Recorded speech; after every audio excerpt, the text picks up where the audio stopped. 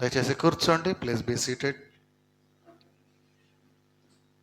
ముందుగా ఆ దేవాది దేవుడు మనకిచ్చిన ఈ గొప్ప ఆధిక్యత, ఈ ధన్యత కొలది వ్యక్తిగతముగా ఆయనకు, అలాగే సంఘపక్షమున కూడా నేను ఆ ప్రభువుకు శుభాభివందనాలు, కృతజ్ఞతలు తెలియజేస్తూ, మరి నాతో పాటు ఈ ఆరాధనకు విచ్చేసిన మీ అందరికీ కూడా ప్రభువు పేరిట శుభాభివందనాలతో ఈ ఆరాధనలోకి మిమ్మల్ని ఆహ్వానిస్తూ ఉన్నాను.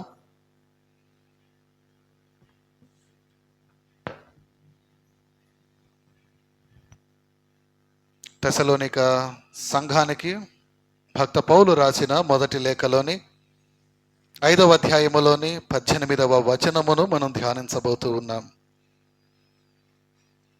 ఆ వచనములో మనకు ప్రత్యేకముగా కనబడుతున్న మాట, కృతజ్ఞతాస్తుతులు మీరు చెల్లించండి, ప్రతి సమయమందు ప్రతి విషయమందు మీరు కృతజ్ఞతలు తెలియజేయాలని భక్త పౌలు సంఘాలను ఉత్తేజపరుస్తూ ఉన్నాడు. నిజంగా దేవునికి కృతజ్ఞతలు తెలియజేయటం అంత ప్రాముఖ్యమా? ఆయనకు స్తోత్రములు చెల్లించటం అంతటి అనివార్యమా? ఒకవేళ అదే అయితే ఏ ఏ విషయాలలో మనము కృతజ్ఞతలు తెలియజేయాలి? దేవునికి దేనికి మనము స్తోత్రములు చెల్లించాలి? ఇదే ఈనాటి మనం ధ్యానం చేయబోయే అంశం. ఒకసారి ఒక గొప్ప వృద్ధుడైనటువంటి సేవకుడు, మంచి ఓల్డ్ ఏజ్ పాస్టర్ గారు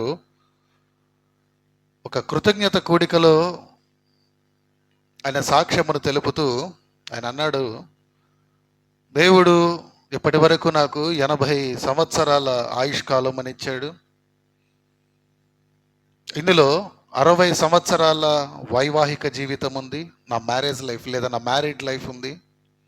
అలాగే ఆయన ఒక మంచి ప్రేమ కలిగిన కుటుంబము కొరకు, స్నేహితుల కొరకు, ఇంకను వారిలో అనేకులు ప్రభువు కొరకు సాక్షులుగా నిలవబడుటలో నన్ను వాడుకున్నాడు, ఆయన నన్ను నడిపించుకున్నాడు అంటూ ఆయన జీవితాన్ని ఒక్కసారి ఆయన వెనుదిరిగి చూసుకుని దేవునికి కృతజ్ఞతలు తెలియజేశాడు సభాపూర్వకముగా. ఆఖరణ కొసమెరుపుగా ఆయన పలికిన మాట చాలా అద్భుతంగా ఉంటుంది మాట. ఆయన ఏమన్నాడంటే, ఆ విషయాలన్నీ తెలుపుతూ, ఆ సాక్ష్యం అంతా కూడా ఆయన వెల్లడి చేస్తూ, ఆయన ఆఖరును పలికిన మాట, నేను నా జీవితాన్ని సరిగ్గా ముగించుకుంటున్నానో లేదో తెలియదు, కానీ కృతజ్ఞతాపూర్వకంగా ముగించుకుంటున్నాను అన్నాడు. అర్థమైనదండి మీకు ఆ మాట? అర్థమైందా? కొంచెం దాన్ని మనం లోతుగా చూస్తే, ఎవరైతే తమ జీవితాలను కృతజ్ఞతాపూర్వకంగా ముగిస్తారో, సందేహం లేదండి, నో డౌట్, మీరు మీ జీవితాలను సరిగ్గానే ముగిస్తున్నట్లు. అంటే దేవుడిచ్చే ఈవులకు ఎవరైతే తాము అనర్హులమని తెలిసి దేవుడి దయ వలన, ఆయన కృప వలన, కనికరము వలన ఎన్నో మేళ్లను పొందుకుంటూ ప్రతి విషయములో కృతజ్ఞతతో నింపబడి ఉంటారో, ప్రభువు ఆశిస్తాడండి ప్రతి ఒక్కరి నుండి ఆయన మనకిచ్చిన ఈవులను బట్టి, చేస్తున్న ఉపకారములను బట్టి, నీవు పొందుకుంటున్న మేళ్లను బట్టి నేను కృతజ్ఞతలు తెలియజేయాలని ఆయన సదా కోరుకుంటూ ఉంటాడు. ఒక భక్తుడు అందుకు పలికిన మాట ఏంటో తెలుసా? దేవుడు నివసించేవి రెండు చోట్ల, 2 స్థలములలో దేవుడు నివసిస్తాడట. ఒకటి పరలోకములో, 2 కృతజ్ఞతలతో నిండిన హృదయములో. ఆ విషయాన్ని ఎప్పుడు గుర్తుపెట్టుకోండి మీరు. ఈనాడు సంఘాలు ఎందుకు ఇంత ఖాళీ అవుతున్నాయి అంటే, నేను చాలా స్పష్టముగా చెప్పగలను, కృతజ్ఞత లేని వారు ఎక్కువగా తయారవుతున్నారు. వాస్తవం అండి. ఇది మీకు నచ్చినా నచ్చకపోయినా మనందరము ఒప్పుకొని తీరవలసిన యథార్థం, సత్యం. కృతజ్ఞత కలిగిన వారైతే ఆదివారం సంఘాలలో ఉంటారు, దేవుని సన్నిధిలో ఉంటారు, కృతజ్ఞత లేని వారే సంఘం వెలుపల ఉండేది. కనుక సంఘాలకు రాలేని రోజున ఎప్పటికీ చెబుతున్నా, ఒక బలీయమైన కారణం ఉంటే తప్పక, ఎంతో బలీయమైన కారణం దేవుని సంఘానికి రావటం, ఆయన ప్రార్థనాలయానికి రావటం మీరు మరువద్దు, నిర్లక్ష్యము చేయొద్దు. కృతజ్ఞత కలిగిన వారైతే గడిచిన ప్రభుదినము నుండి ఇటు దినము వరకు దేవుడు చేసిన ఆ కార్యాలను, ఈ వారం దినాల పాటు దేవుడు మన ఎడల చూపిన ఆయన ఉచితమైన కృపను బట్టి మనం సంఘానికి రావాలి, ప్రభువును స్తుతించాలి, కృతజ్ఞతలు తెలియజేయాలండి. కృతజ్ఞతాహీనులు ఎక్కువైపోతున్న అంత్య దినాలలో మనం ఉన్నాం. చూడండి, కృతజ్ఞత ఎందుకు ఆ మాట అన్నానంటే, భక్తుడైన పౌలు తిమోతికి రాసిన 2వ పత్రికలో 3వ అధ్యాయం 2వ వచనంలో చూడండి, ఒక మాట ఉంటుంది. అంత్య దినాలలో కృతజ్ఞత లేని వారు ఎక్కువైపోతారట. మేలు పొందుకుంటారు, అదేదో ఆ మేలు మనం వారి విషయంలో చేయాలి, అలా చేయటం మన బాధ్యత, అది పొందుకోవడం వారి హక్కు అన్నట్లుగా కనీసం కృతజ్ఞత లేకుండా బ్రతికేస్తున్న జీవితాలు మనకు కనబడుతూ ఉన్నాయి. చూసారా మాట మీరు? తిమోతికి రాసిన 2వ పత్రిక 3వ అధ్యాయం 2వ వచనంలో చూడండి. ఎలా అనగా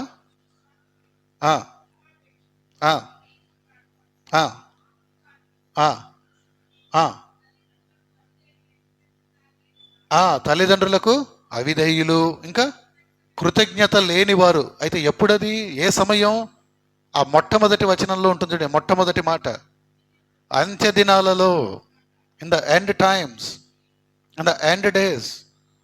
మనుషుల స్వభావం ఎలా ఉంటుందంటే, కృతజ్ఞత లేనివారు మేలు పొందుకుంటారు, అది వారి హక్కులాగా, చేసేవారికి అదేదో బాధ్యతలాగా భావిస్తూ, కనీసం ఒక చిన్న మాట అండి,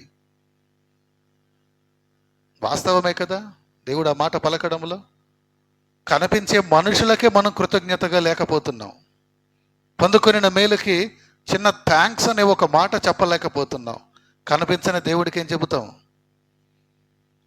కదా? రండి వాక్యంలోకి రండి. మొట్టమొదటిగా దేవునికి దేనికి స్తోత్రములు అంటే, ఎందుకు మనం ఆయనకు కృతజ్ఞతలు తెలియజేయాలి అంటే, కొరింథీయులకు రాసిన 2వ పత్రికలో 9వ అధ్యాయములో 15వ వచనములో ఆ మొదటి మాట ఉంటుంది. ఒక మాట, కొరింథీయులకు రాసిన 2వ పత్రిక 9వ అధ్యాయములోని 15వ వచనము, చెప్పసఖ్యము కాని ఆయన వరమును గూర్చి దేవునికి స్తోత్రము కదా.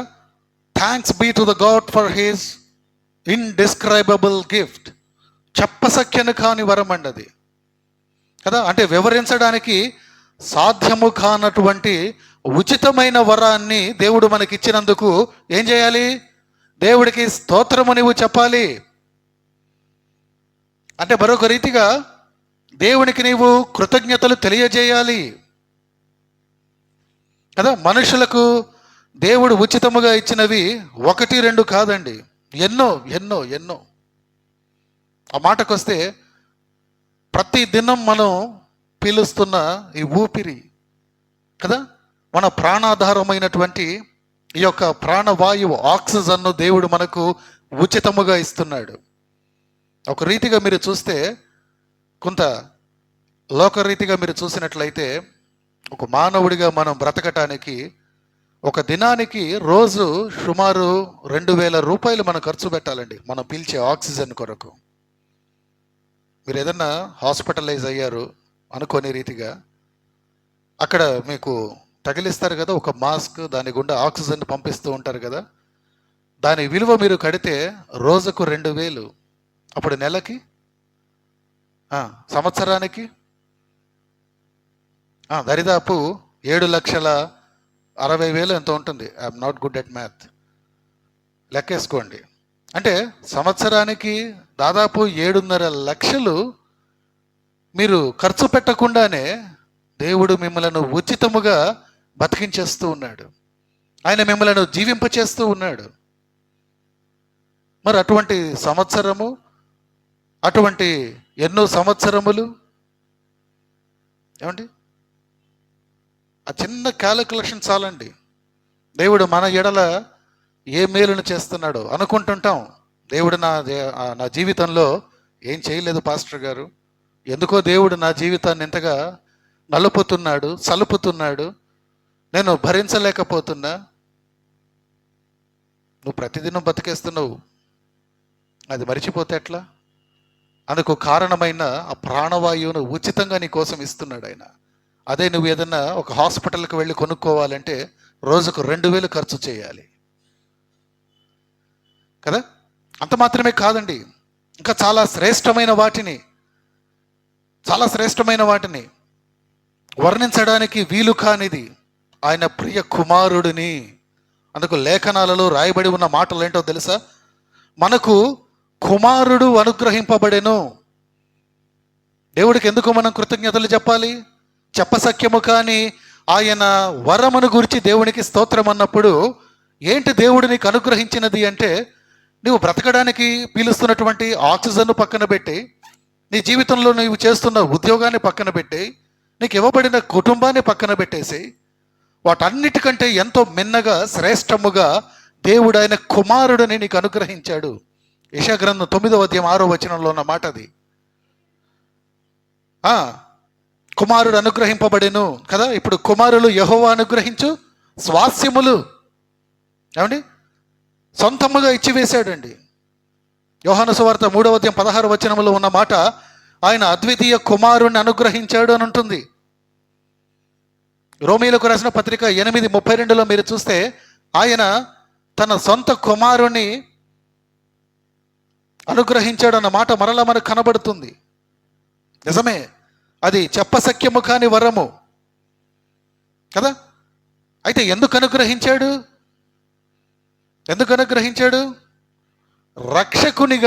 రక్షకునిగా అపోస్తలుల కార్యముల గ్రంథం 5వ అధ్యాయం 31వ వచనంలో చూస్తే, ఆయన తన స్వంత కుమారుడిని లోకానికి అనుగ్రహించింది, ఆయన నీ కొరకు నా కొరకు ఇచ్చివేసింది మనందరి రక్షణ కొరకు కదా. మనందరికీ చాలా విదితమైన విషయం అది. అంటే దేవుని కృపావరము మన ప్రభువైన యేసుక్రీస్తునందు నిత్య జీవం అన్న మాట ఈ రోమీయులకు రాసిన పత్రిక 6:3లో అది మనకు అక్షర సత్యంగా కనబడుతుంది కదా. దేవుడు నీకు చెప్పసఖ్యము కాని వరమునిచ్చాడు, అందుకు నీవు కృతజ్ఞతలు తెలియజేయాలి. అంటే ఆయన నీకు ఇచ్చిన వాటి అన్నిటికంటే చాలా మిన్నగా ఇచ్చింది ఆయన కుమారుడిని నీ కొరకు నా కొరకు రక్షకుడిగా ఇచ్చాడు. ఆ నిత్య జీవమును మనం పొందటానికి ఇచ్చాడు కదా. రోమా 6:3 చూసారా? దేవుని కృపావరమైన మన ప్రభువైన యేసుక్రీస్తునందు మనకు కలిగినది నిత్య జీవము. అంటే నిత్య జీవాన్ని దేవుడు మనకు దయచేశాడండి. నిజమేనండి, రక్షణ దేవుని వరమే. అంతేనా దేవుడు మనకిచ్చింది. దేవుడు మనకిచ్చిన మరొక చెప్పసఖ్య కాని వరము, నీవు వర్ణించడానికి వీలు లేని వరము పరిశుద్ధాత్ముడు కూడా. యోహాను సువార్త 14వ అధ్యాయం 26వ వచనంలో ఉన్న మాట అదే కదా. ఆ దైవ త్రిత్వములో ఒకడైనటువంటి పరిశుద్ధాత్ముడు, ఒకరు పరలోకమందున మన తండ్రి అయిన దేవుడైతే, మరొకరు భూలోకమునకు మానవునిగా అవతరించిన మన ప్రభువు యేసుక్రీస్తు అయితే, విశ్వాసుల హృదయములలో నివసించే పరిశుద్ధాత్ముడు దేవుడు మనకు అనుగ్రహించినటువంటి మరొక వరము. చదివారా మాటను? యోహాను సువార్త 14:26. ఎందుకు ఇచ్చాడు దేవుడు? మొదటగా మన ప్రభువును బట్టి, మనకివ్వబడిన ఆయన కుమారుడిని బట్టి, ఆయన కుమారుని వలనైన రక్షణను బట్టి, ఆ రక్షణ వలనైన కృపావరము నిత్య జీవమును బట్టి నీవు ప్రభువుకు లేదా దేవునికి స్తోత్రములు చెల్లించాలి లేదా కృతజ్ఞతలు తెలియజేయాలి. అంటే రెండవ కారణము కేవలము యేసుక్రీస్తుని బట్టే కాదు, కానీ మనకు అనుగ్రహింపబడిన పరిశుద్ధాత్ముడిని బట్టి. ఎందుకొరకు? పరిశుద్ధాత్ముని వలనే మనకు శాంతి కలుగుతూ ఉంది. తీశారు ఎంతకి? యోహాను సువార్త 14వ అధ్యాయం ఆ ఆ ఆ ఆ, ఆ, కదా, పరిశుద్ధాత్మని వలన మనకు ఏం కలుగుతున్నది? శాంతి, కదా, పీస్. అంటే దేవుడు విశ్వాసులకు ఇచ్చినటువంటి గొప్ప వరము శాంతి, కదా. లోకమిచ్చే శాంతి చూడండి, లోకమిచ్చినట్లుగా ఇవ్వలేదు ఆయన. ఎందుకని? లోకమిచ్చే శాంతి బాహ్య పరిస్థితులను బట్టి ఆధారపడి ఉంటుంది. అది ఎక్కువ కాలం నిలిచేది కాదు, కదా. దుఃఖము లేదా బాధ లేదా జగడం, కదా, ఏ గొడవలు లేనంత కాలమే ఆ శాంతి మనం అనుభవించగలం. కానీ పరిశుద్ధాత్మని వలనైన శాంతి మనకు ఎటువంటిదంటే, ఈ లోకములో నీవు ఎన్ని బాధలు అనుభవిస్తున్నా, ఎంత గొప్ప దుఃఖము గుండా నీవు వెళుతున్నా, ఎన్ని తగువుల మధ్యన నీ జీవితము కనబడుతూ ఉన్నా, నీవు సమాధానముతోనే, ఆ శాంతితోనే, ఆ నెమ్మదితోనే బ్రతుకుతారండి. నేను అంటాను, క్రైస్తవులు మాత్రమే బ్రతకగలిగే గొప్ప ధన్యకరమైన స్థితి అది, మన ప్రభువు వలనైన స్థితి. మన ప్రభువు వెళుతూ వెళుతూ పరిశుద్ధాత్ముని వలన మనకు అనుగ్రహించినటువంటి పరిస్థితి. అందుకే క్రైస్తవులు మట్టుకే అనుభవించగలిగేది. చూడండి, ఈనాడు లోకములో ఎంతోమంది వారి జీవితాలలో నెమ్మది లేక, శాంతి లేక అర్థాంతరంగా వారి జీవితాలను ముగించుకుంటూ ఉన్నారు. అప్పుడప్పుడు మనం చూస్తూ ఉంటాం కదా, వారు ఎంత అధికారములో ఉన్నా, ఎన్ని కోట్లు గడించినా వారి జీవితంలో ఇంకా ఏదో వెలితి, ఇంకా వారు ఏదో పోగొట్టుకున్నట్లు, ఇంకా వారు ఏదో సంపాదించుకోలేదన్నట్టు ఒక నెమ్మది లేని స్థితిలో ఏం చెయ్యాలో వారికే తెలియక అర్థాంతరంగా వారి జీవితాలను బలవంతంగా ముగించుకుంటారండి, సూసైడ్స్తో. లోకము వలనైన శాంతి ఎలా ఉంటుంది? లోకము ఇవ్వలేని శాంతి నీకు అలాగుంటుంది. కానీ మన ప్రభువు వలనైన కృపావరమైనటువంటి శాంతి, పరిశుద్ధాత్ముడి వలన మనకు కలిగిన శాంతి, అది మన ఆత్మలకు సంబంధించినది. మన ఆత్మలకు సంబంధించినదండి, మన మనస్సుకు సంబంధించినది, కదా. దేన్నైతే చాలామంది కోరుకుని అనుభవించలేక వారి జీవితాలను ముగించుకుంటున్నారో, అటువంటి పరిపూర్ణమైన శాంతి లేదా నెమ్మది, ఆ సమాధానమును దేవుడు మనకు అనుగ్రహించాడు. అదే కదా అక్కడ రాయబడి ఉన్నమాట, శాంతి మీకు అనుగ్రహించి వెళ్ళుచున్నాను, నా శాంతినే మీకు అనుగ్రహించుచున్నాను, లోకం ఇచ్చినట్టుగా నేను మీకు అనుగ్రహించటం లేదు. కాబట్టి మీ హృదయాలను మీరు కలవరపడనీయకుండా, వెరవనీయకుండా మీరు బ్రతకండి, కదా. నిజమండి, దేవుని చెప్పశక్యము కాని వరము ఆయన కుమారుడైన క్రీస్తు అయితే, ఆ కుమారుని వలనైనా, తండ్రి అయిన దేవుని వలనైనా, దేవుని యొద్ద నుండి మనకు పంపబడిన పరిశుద్ధాత్ముడు కూడా. ఆ రెండు విషయాలు చాలండి, ఆ రెండు విషయాలు చాలు దేవుడికి మనము నిరంతరము కృతజ్ఞతలు తెలియజేయటానికి, కదా.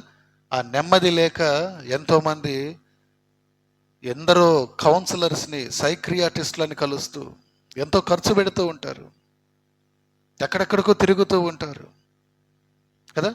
కొందరు దేశ సంచారము చేస్తూ ఉంటారు. అదేమంటే అక్కడెక్కడో మంచు కొండలకు వెళుతూ ఉంటా అంటారు. ఎక్కడికి వెళ్ళినా కూడా పొందుకోరండి. మన ప్రభువు యేసు యొద్దకు వచ్చిన వారే ఆ సమాధానము, నెమ్మది కలిగిన జీవితాలు. ఎన్ని సమస్యలు మనలను చుట్టుముడుతున్నా, నీవు ఎంత కలవరపడే పరిస్థితుల గుండా వెళుతున్నా, కేవలము మన ప్రభువును బట్టి నీకు కలిగే ఆ సమాధానమే మన జీవితాలకు ప్రాధాన్యమైనది. ఆ నెమ్మదికరమైన స్థితేనండి, కదా. ఒకడు లోకమంతా సంపాదించుకున్న ఆ నెమ్మది లేకపోతే వాడు బ్రతకలేడు అంటుంటాం కదా. చాలాసార్లు ఒక మాట వింటుంటాం కదా, స్థితిమంతులు, శ్రీమంతులు పరుపును కొనవచ్చు కానీ నిద్రను కొనలేరు. ఎందుకు? సమాధానం లేదు, వారికి నెమ్మది లేదు, కదా. తినడానికి ఎన్నో రకాల ఆహార పదార్థాలు ఉండవచ్చు, కానీ తినాలి అన్న ఆ కోరిక వారిలో ఉండదు. ఎందుకు? నెమ్మది లేని స్థితి, ఏదో ఒక విషయాన్ని బట్టి అలసడి. కానీ మన ప్రభువు వలన మన ప్రతి అక్కర కూడా తీర్చబడుతూ, ప్రతి విషయములో సంతృప్తి కలిగిన వారమై, ప్రభువుకు ప్రతి విషయములో కృతజ్ఞతలు తెలియజేసే మనము సమాధానముతో నింపబడి అటువంటి జీవితాలను అనుభవిస్తూ ఉన్నాం. అందుకు కారకుడైన మన ప్రభువును బట్టి, మన యేసు స్వామిని బట్టి, ఆయన పంపబడిన పరిశుద్ధాత్ముని చేత మనము దేవుడికి నిరంతరము కూడా కృతజ్ఞతలు తెలియజేయాలి కదా. ఆ విషయాన్ని మనం ఎప్పుడు మరిచిపోకూడదండి. విశ్వాసులుగా ఆ విషయాన్ని ఎప్పుడు కూడా మరిచిపోకూడదు.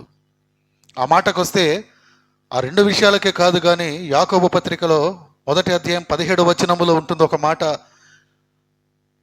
దేవుడిచ్చే ప్రతి ఈవి కూడా శ్రేష్టమైనదని, సంపూర్ణమైనదని, అటు ప్రతి శ్రేష్టమైన ఈవి, ఆ సంపూర్ణమైన ప్రతి వరము కూడా దేవుని నుండి వస్తుందని. అందుకే ఆ మాటలు దేనికి ఉద్దేశించి రాయబడినాయి?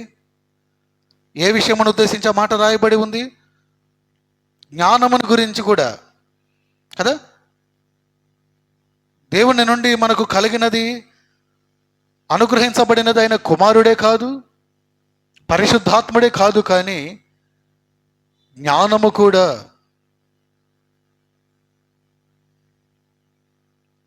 తీసారా? యాకోబు పత్రిక 1వ అధ్యాయం 15వ వచనం. జ్ఞానము కూడా మనకు అనుగ్రహింపబడింది కదా. చూడండి, వివేకానికి జ్ఞానానికి చాలా తేడా ఉందండి. వివేకము వేరు, జ్ఞానము వేరు కదా. మన సొంత ప్రయత్నములో మనము కొంత సబ్జెక్ట్ను నేర్చుకోవచ్చు, జ్ఞానం పొందుకోవచ్చు, కానీ పొందుకున్న జ్ఞానాన్ని మనము ఎప్పుడు ఎక్కడ వాడాలో తెలియకపోవడమే వివేకము లేకపోవటం. అంటే జ్ఞానము కంటే వివేకము గొప్పది అని మనం చెప్పచ్చు కదా. అటువంటి వివేకము దేవుడిచ్చే వరం అయితే, ఇప్పుడు అటువంటి వివేకమును నీవు వాడుకోవడానికి తగిన జ్ఞానమును సంపాదించటం అనేది ముఖ్యం అనుకుంటే, అటువంటి జ్ఞానము దేవుని వలనైన జ్ఞానం అయితే అది మరింత ప్రాముఖ్యమైనది, అది మరింత శ్రేష్టమైనది కదా. ఎందుకంటే చూడండి, వివేకములో జ్ఞానాన్ని ఉపయోగించే వరము కూడా దాగి ఉంటుంది. అది ఎలా వాడాలో తెలియనప్పుడు నీవు ఎంత జ్ఞానం సంపాదించుకున్నా నిరుపయోగమే. అర్థమవుతున్నాయండి నా మాటలు? కొంచెం జాగ్రత్తగా మీరు ఆలకించండి కదా. ఇప్పుడు మీరు బాగా చదువుకున్నారు, కాలేజీకి వెళ్ళి ఏ సమయంలో మీరు ఎలా నడుచుకోవాలో, ఎక్కడ మీరు ఎట్లా అప్లై చేయాలో తెలియనప్పుడు ఆ జ్ఞానం వేస్టే. అయితే ఎప్పుడు ఎక్కడ ఎలా నడుచుకోవాలో మీకు తెలియపరిచేది వివేకం. అందుకే నేను అన్న, జ్ఞానము వేరు, వివేకము వేరు. నాలెడ్జ్ వేరు, వివేకము వేరండి. విజ్డమ్ వేరు కదా. జ్ఞానాన్ని మనం మనుషుల నుండి మనం సంగ్రహించవచ్చు, కానీ వివేకమును దేవుడే మనకి ఇవ్వాలి. ఒక రీతిగా చూస్తే జ్ఞానము కంటే వివేకము గొప్పది, కానీ ఆ వివేకము కంటే కూడా ఒక పర్యాయము జ్ఞానము గొప్పది, కానీ ఆ జ్ఞానము దేవుడిచ్చే జ్ఞానం అయితేనే గొప్పదని ఆ భక్తుడి యొక్క ఉద్దేశం. అందుకంటాడు ఆయన, చూడండి, దేవుడిచ్చే ఆ గొప్ప జ్ఞానము అది దేవుని నుండే వస్తుంది. నిజమేనండి, దేవుని నుండి వచ్చేవన్నీ కూడా లోపము లేనివి, పాపము లేనివి, శ్రేష్టమైనవి, మంచివి కదా. కానీ మనమే మన అవసరాల కొరకు, మన స్వలాభము కొరకు వాటిని దుర్వినియోగపరుచుకుంటూ ఏం చేస్తున్నాం? దేవుడి వరాలను మనం పాడు చేస్తున్నాం కదా. దేవుని పేరుకి రిపేర్ తెస్తున్నాం. తప్పు దేవుడిది కాదు, మనదే కదా. దేవుడు ఎప్పుడు కూడా ఆయన శాశ్వతముగా లోపరహితుడు. లోపము లేదండి ఆయనలో, నో ఫాల్ట్. చూడండి, అటువంటి దేవుడిచ్చే జ్ఞానమును బట్టి, పర సంబంధమైన ఈవులను బట్టి, ఆయన అనుగ్రహించిన కుమారుడిని బట్టి, కుమారుని వలనైన రక్షణను బట్టి, ఆ రక్షణ వలనైన నిత్య జీవమును బట్టి కదా, మన సమాధానము కొరకు, మన నెమ్మది కొరకు పంపబడిన పరిశుద్ధాత్ముడిని బట్టి చెప్పసఖ్యము కాని గొప్ప వరాలండి. లోకములో ఎక్కడ దొరకవు. నీవు ఎక్కడ తిరిగినా, ఎంత సంపాదించినా, ఎంత ప్రయాసపడినా దొరకనివి. కేవలము దేవుని ద్వారా మనకు ఉచితముగా దొరికినవి. అందును బట్టి నీవు దేవుడికి కృతజ్ఞతలు తెలియజేయాలి. నీ వందను బట్టి దేవునికి స్తోత్రములు చెల్లించాలి. దేవునికి ఎందుకయ్యా స్తోత్రములు అంటే చెప్పసఖ్యము కాని ఆయన వరమును బట్టి, ఆయన వరములైన ఆ 3 విషయాలను మనం చాలా ప్రప్రథమముగా చూడవచ్చండి. Firstly those 3 things. ఇప్పుడు రెండవది, దేవునికి ఏ విషయములో మనము కృతజ్ఞతలు తెలియజేయాలి అంటే, ఒకసారి ప్రకటన గ్రంథానికి రండి. ప్రకటన గ్రంథము 7వ అధ్యాయం 10వ వచనం. అక్కడ రాయబడి ఉండే మాట, సింహాసనాసీనుడైన మా దేవునికిని గొర్రె పిల్లకును మా రక్షణకై స్తోత్రమని మహాశబ్దముతో ఎలుగెత్తి చెప్పిరి. కదా, దేవుని వలనైనా చెప్పశక్యము కాని ఆయన వరమును గురించి అయితే, రెండవది నువ్వు ఎందుకు దేవునికి స్తోత్రములు చెల్లించాలి లేక కృతజ్ఞతలు తెలియజేయాలి అంటే, they cried out in a loud voice. ఏమని?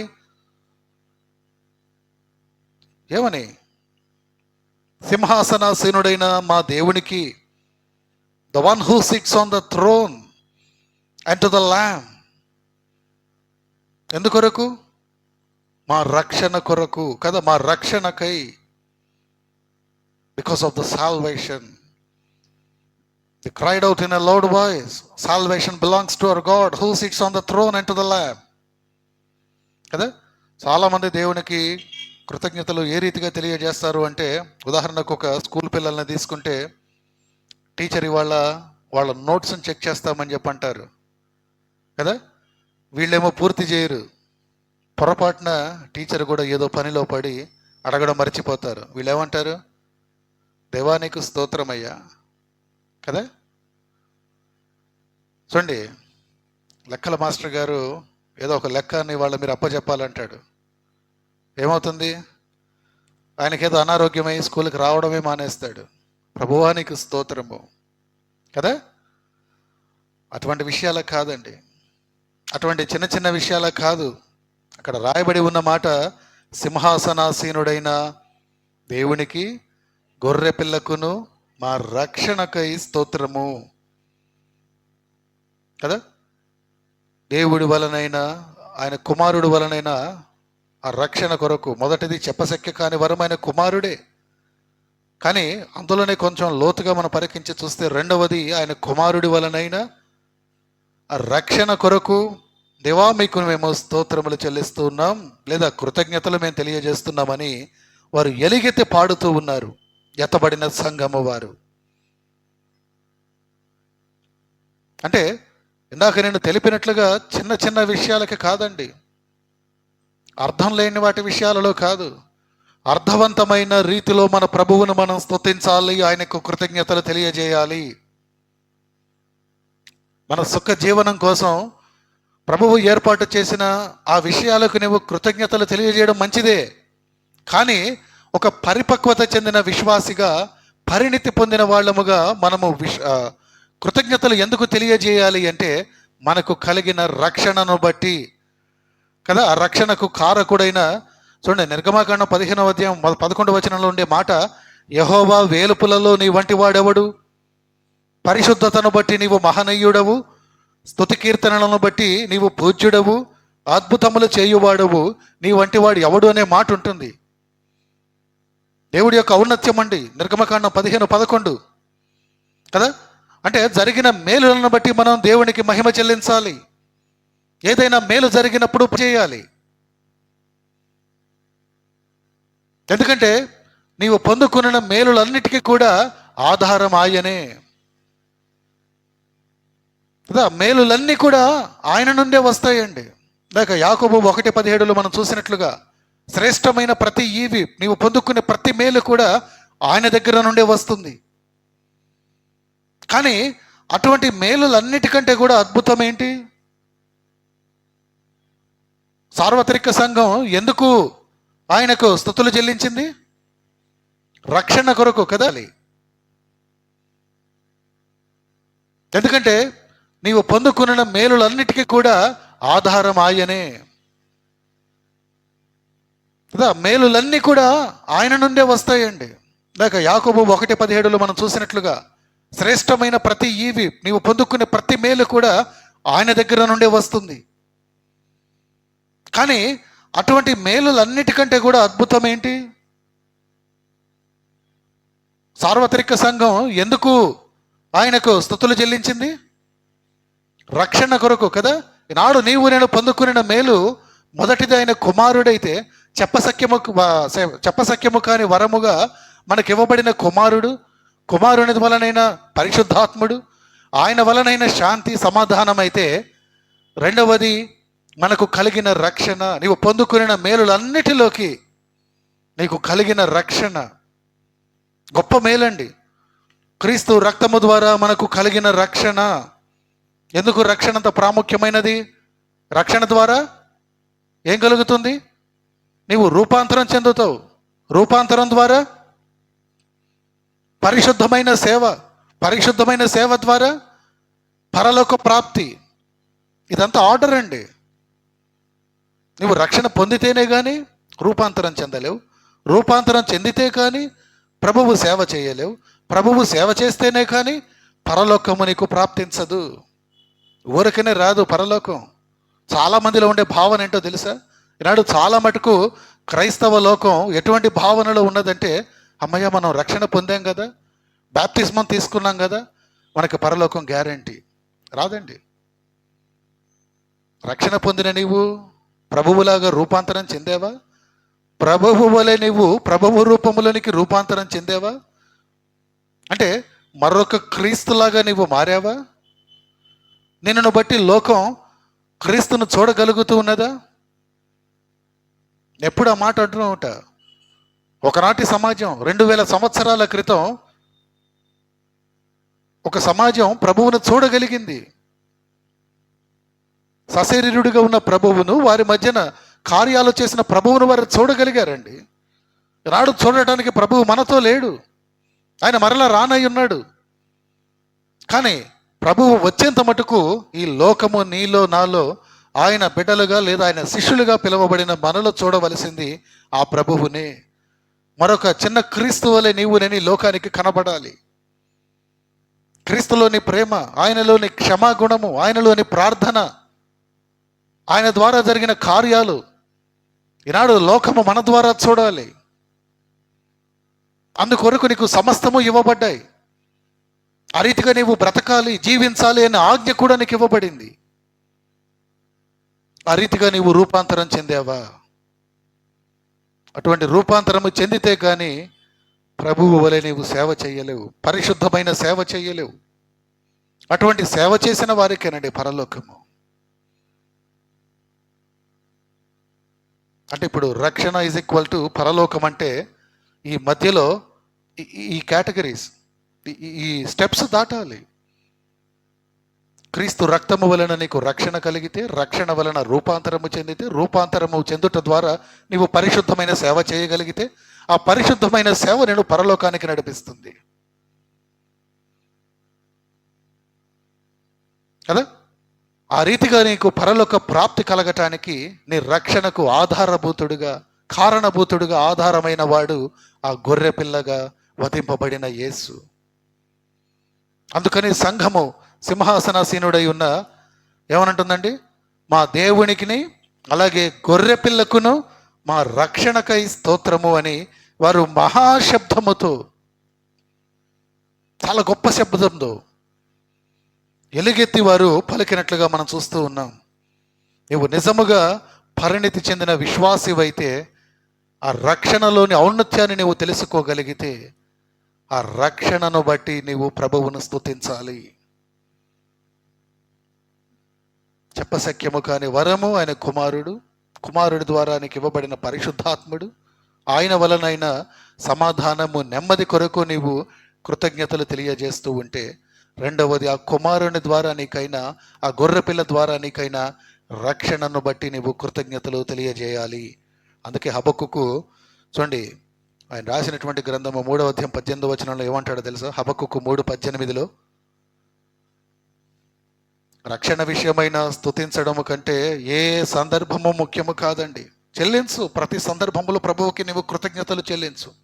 కానీ నీకు కలిగిన రక్షణను బట్టి, ఆ రక్షణ వలన నీవు పొందుకునే ఆ గొప్ప బహుమానము, ఆ గొప్ప స్థలము బట్టి, ఆధిక్యతను బట్టి నువ్వు ఎప్పుడు కూడా కృతజ్ఞతలు చెల్లించాలి. ఏమంటుంది అక్కడ హబక్కుకు 3:18, నేను యెహోవా యందు ఆనందించదను, నా రక్షణకర్తయగు నా దేవుని యందు నేను సంతోషించదను కదా.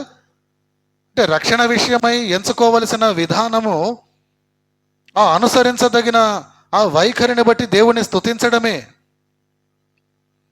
రక్షింపబడిన మనమందరము నేర్చుకోవలసిన మూలపాఠం అదే. ఒకనాడు ఆదాము అవ్వల వలన మానవ జాతి అంతా కూడా పాపములో చిక్కబడి ఉంది కదా. ఆ కారణంగా ప్రతి ఒక్కరూ మరణాన్ని ఎదుర్కోక తప్పలేదు, మనందరికీ తెలుసు ఏమండి. అయితే దేవుడు ఆ మరణం నుండి మనలను తప్పించటానికి ఆయన అనాది కాల సంకల్పములోనే ఒక ప్రణాళికను ఏర్పాటు చేశాడు. ఆ ప్రణాళికలో ఒక కీలక పాత్రగా, కీ పర్సన్గా ఆయన కుమారుడిని రక్షకుడిగా ఆయన ఏర్పాటు చేశాడండి. ఆ రక్షకుడికి మనం ఎప్పుడు, ఆయన వలన కలిగిన రక్షణ కొరకు ఎప్పుడు ఎప్పుడు ఎప్పుడు ఎప్పుడు మనం కృతజ్ఞతలు తెలియజేస్తూనే ఉండాలి.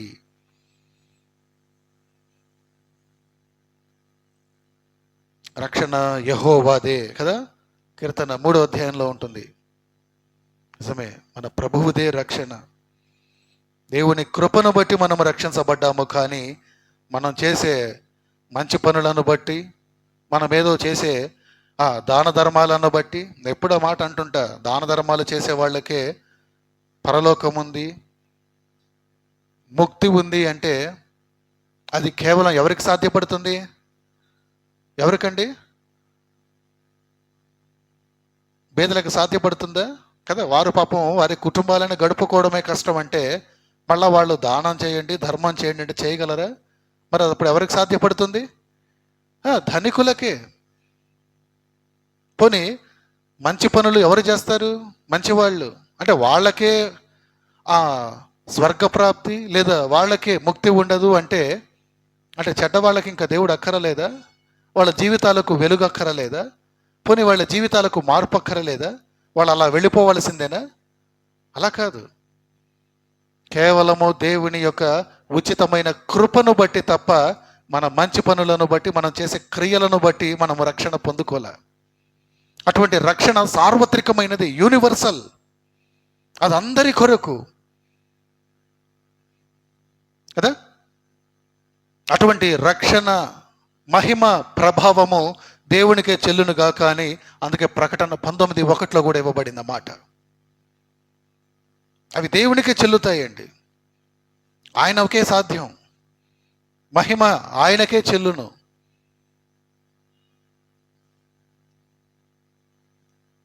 చూసారా,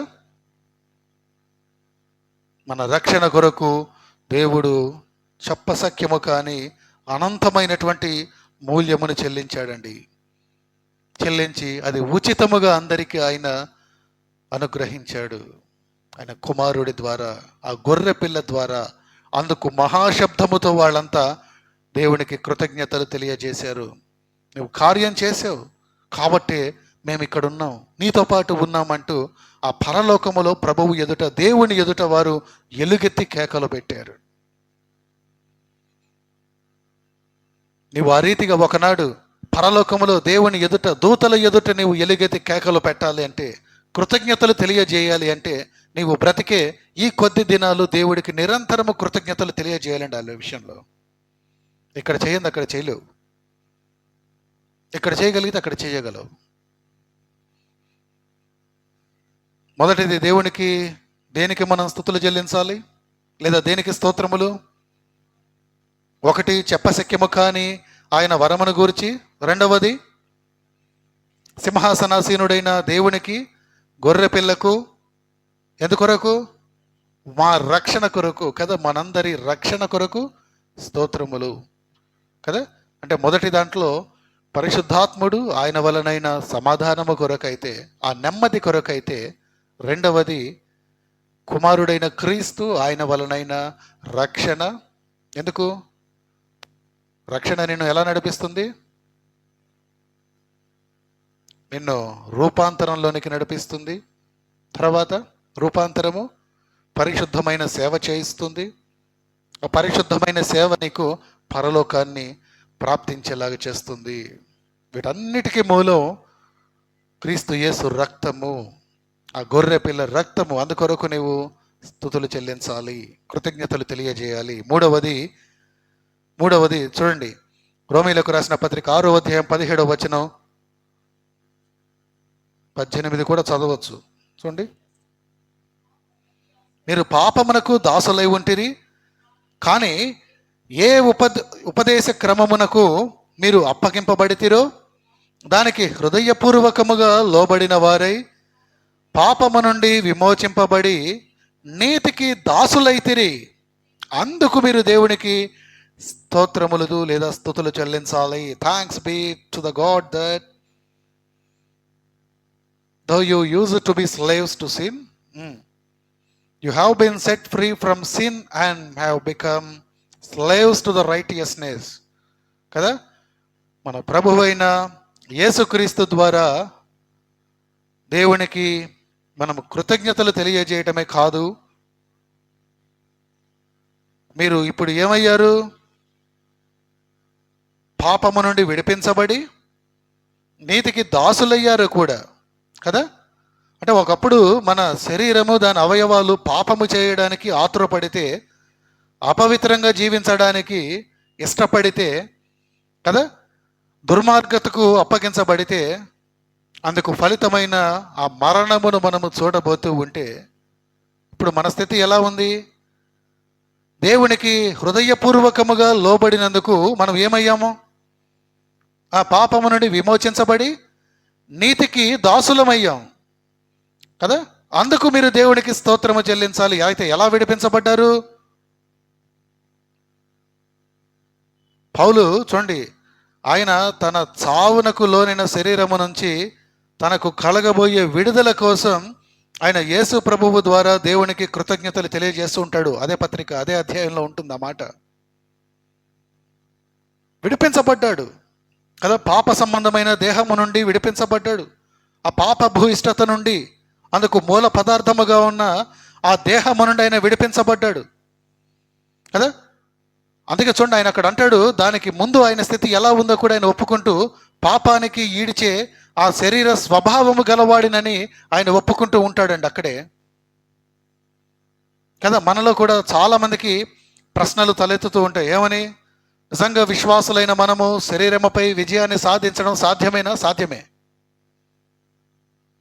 మనకంటే ముందు ఒక భక్తుడు చేసి చూపించాడు కదా, ఎందరో భక్తులు ఆ రీతిగా చేసి చూపించారు కదా. వాటన్నిటిపైన విజయం ఉందండి. ఆ రోమా 16, 6వ అధ్యాయం 17, 18 ఆ మాటలే ఉంటాయి. అందుకు ఆయన ఒక మార్గాన్ని కూడా చూపించాడు. చూడండి, రోమా పత్రిక 7వ అధ్యాయంలో కూడా మీరు ఉంటే ఆ మాటలు చదవండి. తర్వాత ధర్మశాస్త్ర క్రియలన్నిటినీ కూడా పాటించి లేక వాటిని ప్రయత్నించి తన సొంత బలముతో ఆయన పాపముతో పోరాడి విజయం సాధించే అవకాశం లేదని స్పష్టం చేస్తూ ఉంటాడు ఆ 7వ అధ్యాయంలో.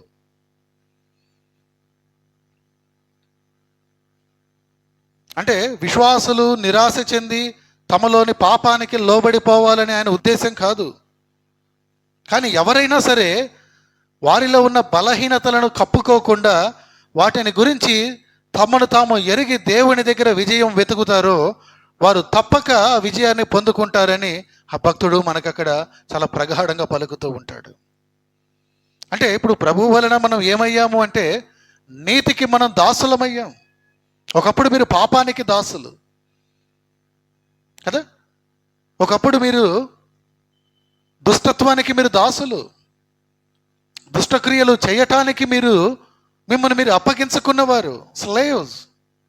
కానీ ఇప్పుడైతే వాటన్నిటి నుండి, ఆ స్థితి అంతటి నుండి మీరు విడువబడి విమోచించబడి నీతికి మీరు దాసులయ్యారండి. రైచియస్నెస్ కదా. విశ్వాసులు ఖచ్చితంగా విశ్వాసులకు చెప్పాల్సిన ఖచ్చితమైన మాట, మనం ఎప్పుడు కూడా ఒక విషయాన్ని గుర్తుపెట్టుకోవాలండి. మన పాపాలను గురించిన జ్ఞాపకము ఎప్పుడు కూడా మన సంతోషాన్ని దోచుకోకూడదు. నేను అందుకే చాలాసార్లు చెప్పాను. ఇంకా చాలామందిలో ఒక ప్రార్థన అలవాటు, పాపినే బ్రతిమిలాడుకుంటున్నాను, నేను పాపములో ఉండి చాలా తప్పండి అది. మనం ఇంకా ఆ మాటను వీడకపోతే, నేను ఎప్పుడు చెబుతుంటా, మీరు ప్రభువు కార్యాన్ని అనుమానిస్తున్నట్లే. ఆయన రక్షకుడని మీరు ఒప్పుకోనట్లే కదా. ప్రభువులో ఉన్నాము, ప్రభు సేవలో కొనసాగుతున్నాము అని చెప్పి, ఒకవేళ మీరు నిజంగా పాపములో ఉన్నారని ఎప్పుడు చెబుతుంటా, రహస్యములో ఉన్న దేవుని యొద్ద మీరు రహస్యముగా మొర్రపెట్టి చెప్పుకోండి. మీరు ఏ స్థితిలో దిగజారిపోయారో, ఏ స్థితిని మీరు పాపపు స్థితిగా చూస్తున్నారు. కానీ బాహాటముగా మనం ఎప్పుడు ఒప్పుకోకూడదు. బాహాటముగా ఎప్పుడు ఒప్పుకోకూడదండి. అది తోటి వారి జీవితాలను కూడా ప్రభావితం చేస్తూ ఉంటుంది. అది ముఖ్యంగా ప్రభువును ఎరగని వారి జీవితాలను చాలా ప్రభావితం చేస్తుంది. వారికి కలగచ్చు ఒక సందేహం, ప్రభువులో ఉన్నామని చెబుతూ వారు ఇంకా పాపం అంటూ ఉంటే అటువంటి ప్రభు దగ్గరకు మనం వెళ్ళనేలా అనుమానం రావచ్చు కదా. చాలా ఖరీదైన మాట, అది గుర్తుపెట్టుకోవాలండి. నీకు విషయం తెలుసా, ఆదికాండం 45వ అధ్యాయంలో 5వ వచనంలో ఒక మాట చూపిస్తే నేను ముందుకు కొనసాగుతా. చూడండి, అక్కడ ఒక మాట ఉంటుంది. ఆదికాండం 45:5లో ఆయనను ఆ దాసత్వంలోనికి అమ్మివేసిన తన అన్నల ఎదుట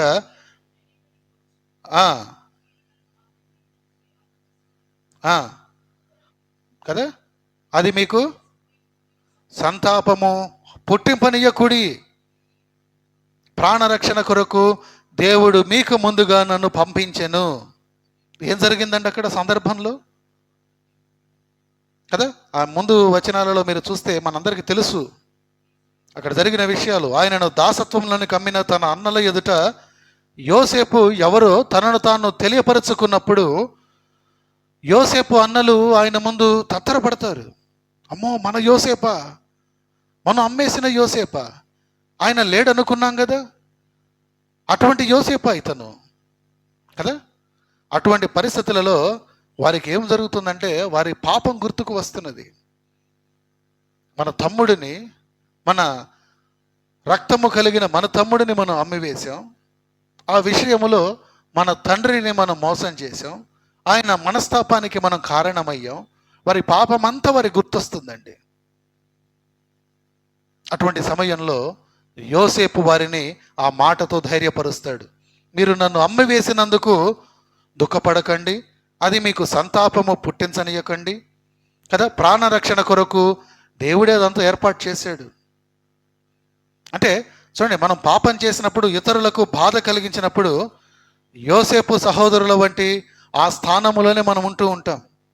కానీ మన పాపాలన్నిటినీ మనం ఒప్పుకుంటున్నప్పుడు మనం ఏమయ్యాం? నీతిమంతులుగా మనం తీర్చబడ్డాం. అదే కదా లేఖనం చెబుతున్న మాట.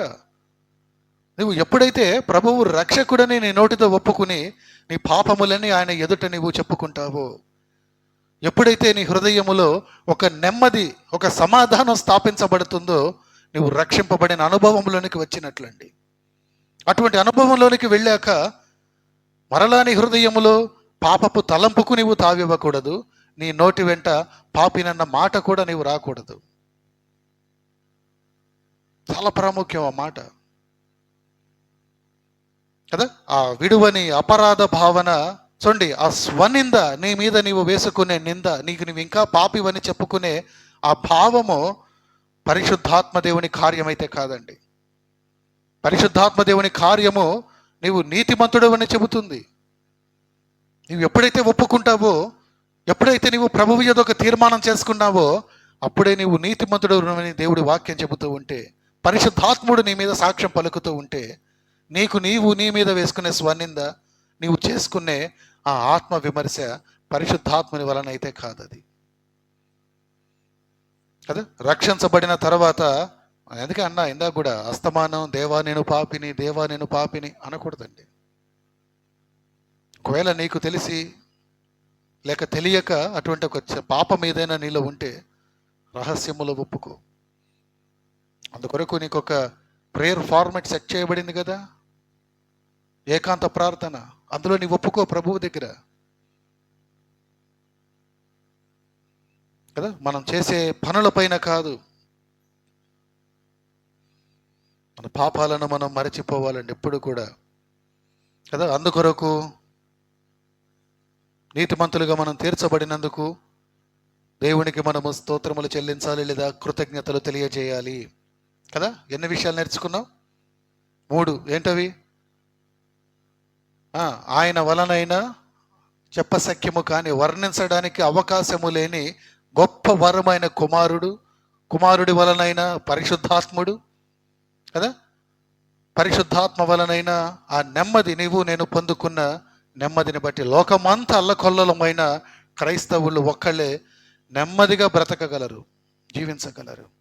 అది నీకు నీవుగా తెచ్చుకున్న నెమ్మది కాదు, కానీ పరిశుద్ధాత్ముని వలనైన నెమ్మది, దేవుని వలనైన నెమ్మది.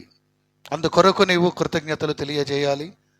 రెండవది, ఆ గొర్రె పిల్లకు ఆయన వలనైన మీ రక్షణ కొరకు మీరు స్తోత్రములు చెల్లించాలి. ఎందుకంటే ఆ రక్షణ ఈక్వల్ టు పరలోకము. ఈ మధ్యలో ఎన్ని రకాలుగా మీరు దాటాలో చూపించాను నీకు కదా. రక్షణ ఈక్వల్ టు, పోనీ ఇంకా ముందు నుంచి వస్తే ఆ రక్షణ గొర్రెపిల్ల రక్తము వలనైన రక్షణ కదా. రక్తం ఈక్వల్ టు రక్షణ, రక్తం ఈక్వల్ టు రూపాంతరము, ఆ రూపాంతరం ఈక్వల్ టు పరిశుద్ధమైన సేవ, పరిశుద్ధమైన సేవ మీకు పరలోకమనిస్తుంది.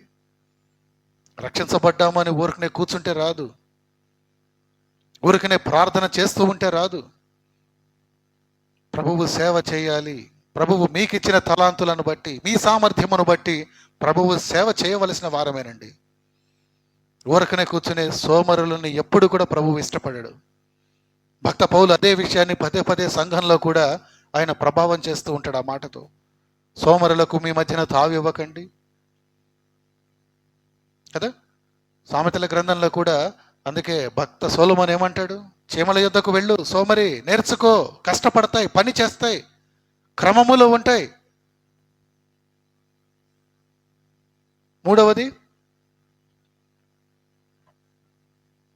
మీరు నీతికి దాసులైనందుకు స్తోత్రములు చెల్లించాలి, కృతజ్ఞతలు మీరు తెలియజేయాలి కదా. ఇక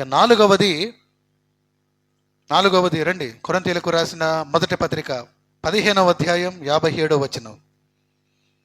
దేవునికి దేనికి స్తోత్రములు అని మనం ధ్యానం చేస్తూ ఉంటే 3 అంశాలు కదా. 4వ అంశం,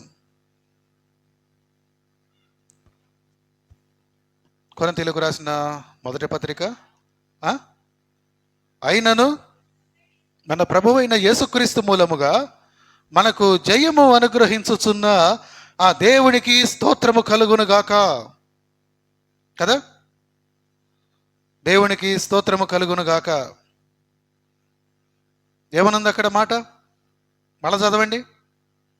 అయినను మన ప్రభువైన యేసుక్రీస్తు మూలముగా కదా. Thanks be to the God who gives us victory through our Lord Jesus Christ కదా. అందుకొరకు మీరు కృతజ్ఞతలు తెలియజేయాలి, థ్యాంక్స్ అని చెప్పాలండి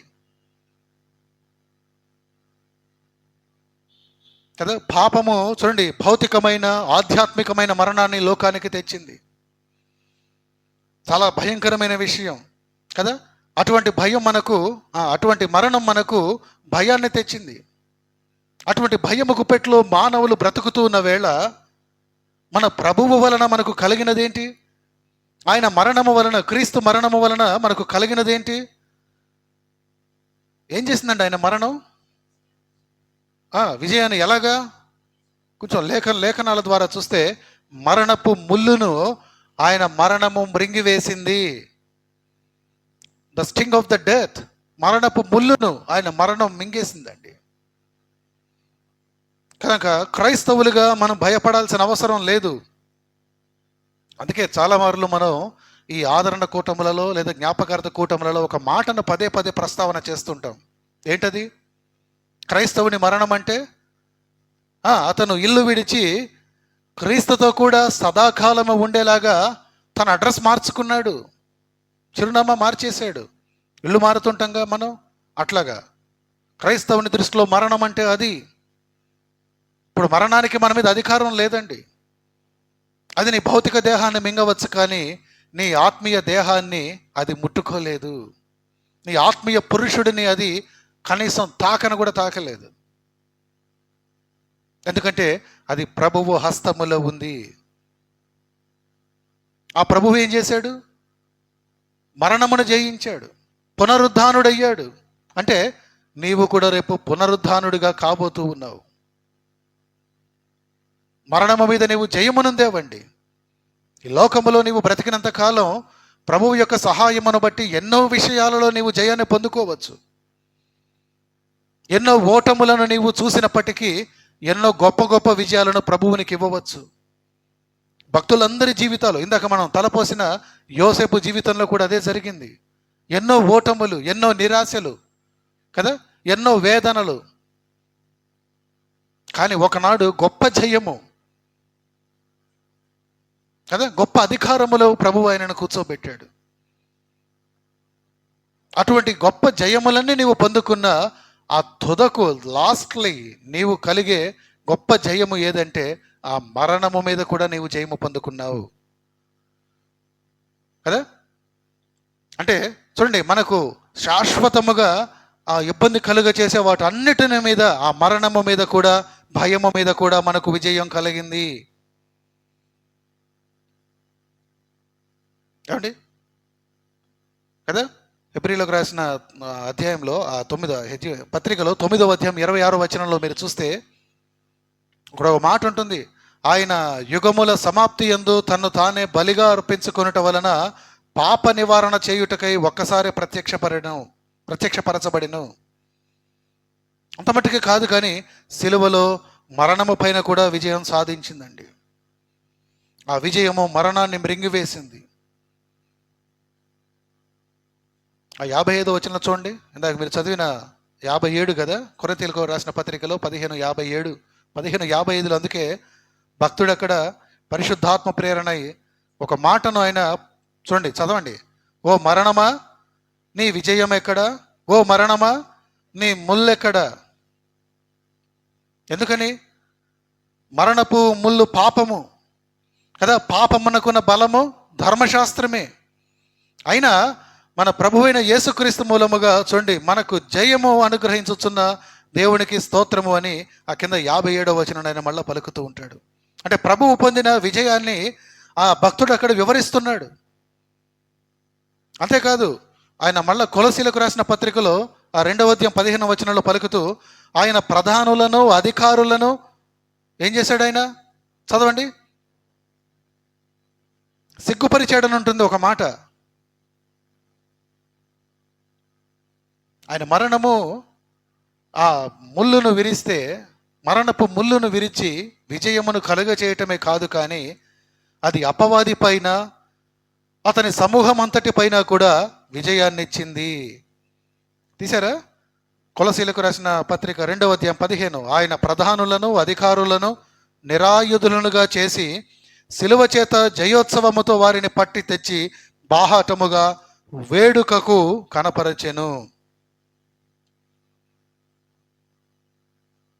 కదా. లేఖనముల ప్రకారము క్రీస్తు మన పాపముల నిమిత్తము మృతి పొంది సమాధి చేయబడి 3వ దినమున లేచెను. అంతమటుకే కాదు, లేచి ఆయన పలికిన మాట, చేసిన పని, మన కొరకు ఆయన స్థలము సిద్ధపరచ వెళ్ళుచున్నాను అని ఆయన బాహాటముగా అందరికీ చెప్పి ఆ పని కొరకు వెళ్ళాడు అండి. అంటే మరలా ఏదో ఒక దినాన ఆయన తిరిగి వస్తానని వాగ్దానం ఇచ్చి వెళ్ళాడు. ఒక రోజున పునరుద్ధారుడైన ప్రభువుతో మనం ఉండబోతూ ఉన్నాం కదా. నీకు కలిగిన జయమును బట్టి, మరణము మీద, పాపము మీద జయము, ఆ భయము మీద నీకు కలిగిన ఆ విజయాన్ని బట్టి, అందుకొరకు నీవు ఏం చేయాలంటే కీర్తనకారుడు అన్న రీతిగా ఎల్లప్పుడూ నేను యెహోవాను సన్నతించెదను కదా. ఆయన కీర్తి నా నోట ఉండును. ఆ పని చేయాలండి మనం. దేవుడికి ఆ విషయంలో మనం కృతజ్ఞతలు తెలియజేయాలి. నీకు కలిగిన పాపము, దాని ఫలితమైన మరణము వలనైన నీ భయము మీద నీవు గెలుపును పొందావు. అంత పెద్ద విషయం మీదే నువ్వు గెలుపును పొందినప్పుడు లోకములో చిన్న చిన్న విషయాలకి కదా, చాలా చిన్ని పనులకి మనం భయపడిపోతుంటాం, భీతిల్లిపోతుంటాం, కలవరపడిపోతుంటాం, తత్తరపడుతుంటాం. ఏమండి, గుర్తుపెట్టుకోండి ఆ విషయాన్ని. పెద్ద విషయం మీదే మీకు జయం ఇచ్చిన దేవుడు చిన్న చిన్న విషయాలలో మీకు తోడుగా ఉండడా? మీకు సహాయకుడిగా రాడా? మీకు గెలుపునివ్వడా? గుర్తుపెట్టుకోవాలి కదా. చూడండి, ఆఖరుది ఎన్ని రకాలుగా? 4 రకాలు. చెప్పసఖ్యము కానైన వరము, గొర్రె పిల్ల వలనైన మా రక్షణ కొరకై, నీతికి మీరు దాసులైనందుకు, నాలుగవది ఇప్పుడే కదండి ధ్యానం చేసాం, జయము అనుగ్రహించుచున్న దేవునికి కదా, మన ప్రభువైన యేసుక్రీస్తు మూలముగా జయమునిస్తున్న దేవునికి మీరు ప్రతి విషయములో కృతజ్ఞతలు తెలియజేయాలి, స్తోత్రములు చెల్లించాలి కదా. చూడండి, చీకటిని వెలుగు జయించినట్లుగా, కీడును మేలును జయించినట్లుగా మరణాన్ని మన ప్రభువు పునరుద్ధానము జయించింది. కాబట్టి ఘనత, గౌరవం, స్తుతి, ఆరాధన, విజయం ఎప్పుడు కూడా మన ప్రభువుకే చెల్లాలండి. అందుకొరకు నీవు ఎప్పుడు ఆయనను స్తుతింపబద్ధుడవై ఉండాలి కదా.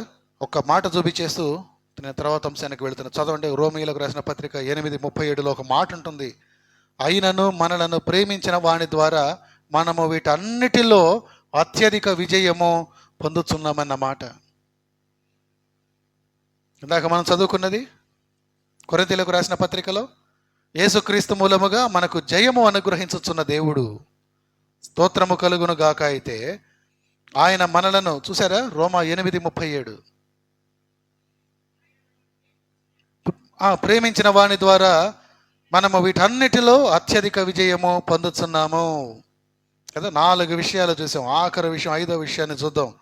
ఏ విషయములో మన ప్రభువుకి లేదా దేవునికి మనము స్తోత్రము చెల్లించాలి అంటే, ఏ విషయములో మనం ఆయనకు కృతజ్ఞులమై ఉండాలి అంటే, కొరింథీయులకు రాసిన 2వ పత్రిక 2వ అధ్యాయం 14వ వచనములో ఉంటుంది, మా ద్వారా ప్రతి స్థలమందును క్రీస్తును గూర్చిన జ్ఞానము యొక్క సువాసనను కనపరచుచు ఆయన యందు మమ్మను ఎల్లప్పుడూ విజయోత్సవముతో ఊరేగించుచున్న దేవునికి, thanks to be to the God who always leads us as captives in Christ's triumphal procession and uses us to spread the aroma of the knowledge of him. క్రైస్తవులుగా మనము కష్టాలు లేకుండా జీవించాలని ఆశపడచ్చు, కానీ ప్రభువు మనకిచ్చిన మాట లేదా ఆయన చెప్పిన సత్యమైన మాట ఏంటంటే, లోకంలో మీకు శ్రమ కలుగుతుంది, డౌట్ లేదు కదా. కానీ ఆయన ఆ మాట చెబుతూనే ఆ విషయాన్ని ఆయన ధృవీకరిస్తూనే నీకు నాకు చెప్పిన మరొక మాట, అయినను మీరు ధైర్యము తెచ్చుకొనుడి, లోకంలో మీకు శ్రమ కలుగుతుంది కానీ మీరు ధైర్యం తెచ్చుకోండి, నేను లోకాన్ని జయించాను కదా. మాటలు ఎక్కడో ఉన్నాయి, ఎప్పుడో విన్నాం. యోహాను సువార్త 16వ అధ్యాయంలో ఉంటాయి మాటలు. కొన్నిసార్లు సేవకులుగా పిలువబడిన వారముగా ఉన్న మనకు శ్రమలు వస్తూ ఉంటాయి, శ్రమలలో నలిగిపోతూ ఉంటాం కదండి. కానీ ఒక విషయాన్ని గుర్తుపెట్టుకుంటే, రాత్రి కూడా ఒక మంచి ఆత్మీయ సహవాసంలో ఆ మాట ఎందుకో విన్నా. నేను ఒక ఫోన్ కాల్లో, ఒక ఆత్మీయ సహవాసంలో, నలపబడిన పువ్వు ఎంత సువాసన వెదజల్లుతుందండి కదా. నలపబడిన క్రైస్తవులు కూడా సువాసన వెదజల్లుతారు. నీ వాళ్ళ సువాసనలు వెదజల్లాలనే దేవుడు నిన్ను నలుపుతాడు. ఆ విషయాన్ని మనం మర్చిపోకూడదండి. రాత్రి విన్న ఆ మాట నేను కదా. ఆ నలిగిన పువ్వులో నుండి, ఆ పుష్పములో నుండి ఆ సువాసనలు వెదజల్లినట్లుగా మన ద్వారా ప్రతి స్థలములో క్రీస్తుని గురించిన జ్ఞానము యొక్క సువాసన కనపరుస్తూ ఉండాలి. అందు నిమిత్తము ఎప్పుడు చూడండి, విజయోత్సవముతో ప్రభువును ఊరేగించు వారముగా మనం ఉండాలన్నది ఆ మాటలోని ఆంతర్యం అది కదా. మమ్మల్ని ఎల్లప్పుడూ విజయోత్సవముతో ఊరేగించుచున్నాడు. ఎందుకని? క్రీస్తుని గురించిన జ్ఞానము యొక్క సువాసనను మేము కనపరచుచు, అంతే తప్ప సడుగోకూడదు కదా. ప్రతి సందర్భములో కృతజ్ఞతతో నిండిన హృదయాన్ని మనం కలిగి ఉండాలి. సంఘంలో సమస్యలు ఉండొచ్చు, లోకములో హింసలు ఉండొచ్చు, కుటుంబంలో కలతలు ఉండొచ్చు, మరణాలు ఉండొచ్చండి, ఉంటాయి కూడా. కానీ దేవుడు ప్రతి స్థలములో, ప్రతి పరిస్థితులలో ఆయన సేవకు పిలువబడిన మన వెంట ఆయన నడుస్తూ, ఇందాక ఒక మాట ఏంటది అన్నిటిలో దేవుడు అత్యధికమైన విజయాన్ని మనకిస్తున్నాడు కదా. ఆ విషయాన్ని మనం మర్చిపోకూడదు. అంటే పరిశుద్ధులుగా పిలువబడిన మనందరికీ ప్రభువు అత్యధిక విజయమును కలుగ చేస్తున్నాడు. ఆ రీతిగా చేస్తాడు. అంటే ఓటమి పాలు కానివ్వడు. కానీ ఒకటైతే ఉందండి, నేను తెలుసుకున్న మాట నా జీవితంలో, ఆయనకు వేరుగా ఉండైతే మనం గెలవలేం, ఆయనకు వేరుగా ఉండి మనం ఫలించలేం. నా మాటే కాదు కానీ ప్రభువు మాట కూడా అదే. మీరు నాకు వేరుగా ఉండి మీరేం చేయలేరు. మీరు నాకు వేరుగా ఉండి, నేను ద్రాక్షావళిని, అయితే మీరు నాలో అంటుగట్టబడితేనే ఫలిస్తారు. మీరు నాకు వేరుగా ఉంటే ఫలించలేరు. సరికదా మీరు అగ్నికి మీరు కాల్చబడటానికి పారవేయబడతారండి. ఆ విషయాన్ని మనం జ్ఞప్తికి తెచ్చుకోవాలి కదా. అంటే మన ఆధ్యాత్మిక, భౌతిక, నైతిక, సాంస్కృతిక ప్రతి విషయములో సఫలత, విజయము అంతా మన ప్రభువులోనే మనకుందండి. గెలుపంతా మన ప్రభువులోనే ఉంది.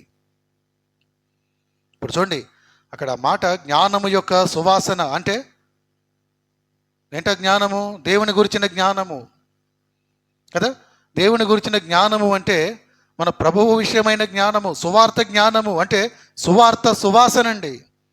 ఆ సువార్త పరిమళ వాసన భక్త పౌలులో అది చాలా ఉవ్వెత్తున ఎగిసి పడుతూ మనకు కనబడుతుంటుంది అక్కడ కదా. చూసినట్లయితే చూడండి, అటువంటి సువార్తను మనము ప్రచురించటానికి ఎప్పుడూ కూడా దేవుడు మనలను విజయోత్సవముతో నడిపిస్తూ ఉంటాడు. కొన్ని పర్యాయములు నువ్వు శ్రమల పాలైనా సరే నీ నడక ఆగకూడదు, నీ పరుగు ఆగకూడదు. ఎందుకంటే ఆ సువార్తకున్న బలము ఎటువంటిదంటే అది ఎందరో పాపులను ప్రభువులోనికి నడిపించింది, పరిశుద్ధులుగా మార్చింది కదండి. ఎక్కడ సువార్త ప్రకటించబడుతుందో అక్కడ ఏ విషయాలు ఉంటాయో తెలుసా మీకు? పాప క్షమాపణ ఉంటుంది, అక్కడ విడుదల ఉంటుంది, అక్కడ విజయం ఉంటుంది. కాబట్టి అటువంటి సువార్తని ఎప్పుడు కూడా మనము వ్యాప్తి చేయటంలో, అంటే సువార్తని ప్రకటన చేయడంలో మనం ఎప్పుడు ఆగిపోకూడదు. అలా నీవు ఆగావు అంటే పాప క్షమాపణను నువ్వు ఆపుతున్నట్లే, ఒక విడుదలను నీవు ఆపుతున్నట్లే, ఒక విజయాన్ని నీవు ఆపుతున్నట్లే కదా. కొందరు ఏమనుకుంటారంటే ఏముందిలే సువార్తలో. కాదండి, సువార్త ప్రకటించబడిన ప్రతి చోట సాతాను శక్తులు ఓడిపోతూ ఉంటాయి. సేవకులుగా అప్పుడప్పుడు మేము చూస్తుంటాం, సువార్తకు వెళ్ళినప్పుడు, దేవుని సువార్త ప్రకటించబడుతున్నప్పుడు ఆ కార్యాలు జరుగుతూ ఉంటాయి కదా. అశాంతిగా ఉన్నవారు శాంతిని పొందుకుంటారు. మొట్టమొదటి అంశం మనం అదే కదా ధ్యానం చేసింది. ఆ సువార్తను నీవు వెల్లడి చేస్తున్నప్పుడు, ప్రభువు వార్తను నీవు వెల్లడి చేస్తున్నప్పుడు, ఆ రక్షకుడి వార్తను నీవు ప్రకటిస్తూ ఉన్నప్పుడు సాతాను శక్తులు ఓడిపోతాయి, అశాంతిగా ఉన్న వారికి శాంతి కలుగుతుంది, అస్వస్థతగా కదా సిక్నెస్ ఉంటే వారికి స్వస్థత లభిస్తుంది. అన్నీ జరుగుతూ ఉంటాయండి సువార్త కార్యాలలో, సువార్త సభలలో సువార్తను మనం వెల్లడి చేస్తున్నప్పుడు చూస్తుంటాం. కాబట్టి అటువంటి సువార్తను మనం ప్రకటించడం అనేది కేవలం మన బాధ్యతే కాదు, కానీ మీరు గుర్తించాలి అది మన గొప్ప భాగ్యము కూడా. అటువంటి భాగ్యాన్ని మనం విడిచిపెడుతున్నామేమో. ఈ మాసంలో ఒక సువార్త మన సంఘం తరపునుంది. సంఘం వచ్చినా రాకపోయినా కొందరు సేవకుల ద్వారా వెళ్ళాలని ఒక తీర్మానంలోనే ఉన్నా, కానీ మిమ్మల్ని కూడా రమ్మని నేను బ్రతిమలాడుతూ ఉన్నా కదా. అంటే సువార్తలు చూడండి, మనం దేవుని ప్రేమను ఇతరులకు పంచుతున్నాం. అంటే దేవుని పట్ల మన ప్రేమను మనం ఏం చేస్తున్నాం? ప్రకటిస్తున్నాం. రెండు జరుగుతున్నాయి. సువార్తలో దేవుని ప్రేమను మీరు ప్రకటిస్తుండమే కాదు, దేవుని పట్ల మీకున్న ప్రేమను కూడా మీరు ప్రకటితం చేస్తున్నట్లు. ఒక ఇన్సిడెంట్ చెబుతూ నేను ముగించేస్తాను. ఈ సువార్త విషయంలో జరిగిన, చరిత్రలో జరిగిన ఒక గొప్ప విషయం ఏదో తెలుసా మీకు?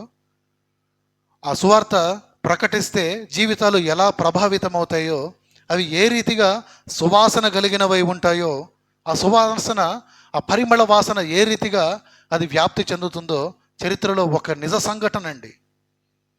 బహుశా ఆ పేర్లు మీకు అర్థం కాకపోవచ్చు, ప్రాంతం మీకు అర్థం కాకపోవచ్చు, అవగాహన ఉంటే అర్థం కావచ్చు కూడా. మొట్టమొదటిది ఎడ్వర్డ్ కింబెల్, అమెరికా దేశంలో గొప్ప సేవకుడు.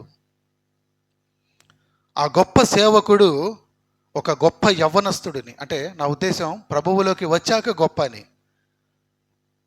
ఒక సేవకుడిని నడిపించాడు.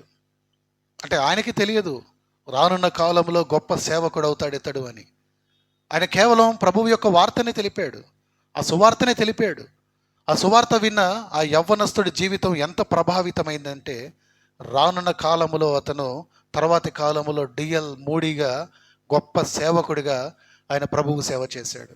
పేరు విన్నారు ఎప్పుడైనా? DL moody, dwell light moody. గొప్ప సేవకుడు అండి, మన బ్యాప్టిస్ట్ ఆ డాక్టరీన్కి చెందినవాడు. అటువంటి ఆ డిఎల్ మూడీ గారు ఆయన జీవితం ద్వారా విల్బర్ చాప్మెన్ మరొక గొప్ప సువార్థికుడు. బహుశా అంటే మీకు కొన్ని పేర్లు తెలియచ్చు, కొన్ని పేర్లు పరిచయం లేకపోవచ్చు, కానీ సేవకులుగా మాకు పేర్లు చాలా సుపరిచితాలే.